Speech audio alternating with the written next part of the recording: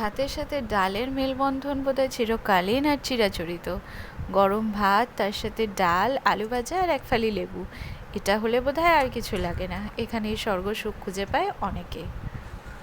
আজকে বানাচ্ছি আমার ভীষণ পছন্দের অরহর ডাল। 1 কাপ ডাল নিয়ে নেব, দেন পরিমাণ মতো জল গরম করে হালকা উষ্ণ গরম করব, দেন তার মধ্যে ডালটা আমরা ভিজোতে দেবো। বেশিরভাগ ডালই কিন্তু করার আগে ভিজতে দিতে হয়। ডালটা অ্যাড করে দিয়ে আমরা একটা ঢাকা দিয়ে এটা চাপা দিয়ে দেব।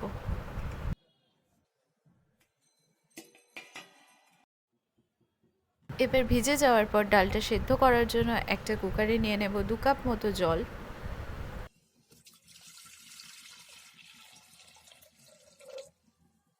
দেন জলের মধ্যে আমরা দিয়ে দেব 1/2 টিস্পুন নুন। দেন জলটা গরম হয়ে গেলে আমরা জলের মধ্যে ভিজিয়ে রাখা ডালটা অ্যাড করে দেবো।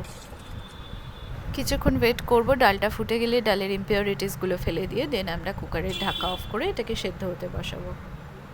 এবার একটা কড়াইতে পরিমাণ মতো সর্ষের তেল দিয়ে দেবো। তেল গরম হয়ে গেলে আমরা ফোড়নের জন্য অ্যাড করে দেবো একটা তেজপাতা, 4টে শুকনো লঙ্কা আর 1/2 টিস্পুন সাদা জিরে।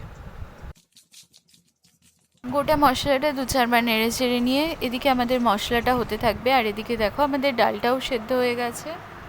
এখানে ডালের সেদ্ধটা দেখে নিশ্চয়ই বুঝতে পারছো ডালটা ঠিক এরকমই সেদ্ধ হবে। এবার কড়াইতে আমরা অ্যাড করব 1/2 টিস্পুন হলুদ। পুরোটা খুব ভালোভাবে মিশিয়ে নিয়ে দেন আমরা অ্যাড করব সেদ্ধ করে রাখা ডালটা। ডালটা দিয়ে পুরোটা খুব ভালোভাবে আমরা আবারও মশলার সাথে মিশিয়ে নেব। দেন পুরোটা খুব ভালোভাবে মিশিয়ে নিয়ে ডালটা এদিকে হতে থাকবে, আর আমরা এদিকে 1 কাপ মতো জল গরম করতে বসাবো। কিছুক্ষণ বাদে ডালটা একবার ফুটে গেলে দেন আমরা অ্যাড করে দেবো ওই গরম করে রাখা জলটা।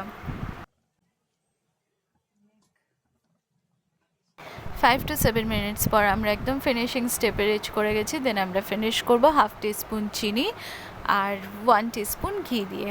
ঘিটা দেওয়ার পর আমরা এটাকে গ্যাস অফ করে ঢাকা দিয়ে কিছুক্ষণের জন্য রেখে দেবো, যাতে করে ঘিয়ের পুরো ফ্লেভারটা ডালটার মধ্যে খুব ভালোভাবে অ্যাবসর্ব করে যেতে পারে। এই অরহর ডাল কিন্তু গরম ভাতের সাথে খেতে খুবই ভালো লাগে।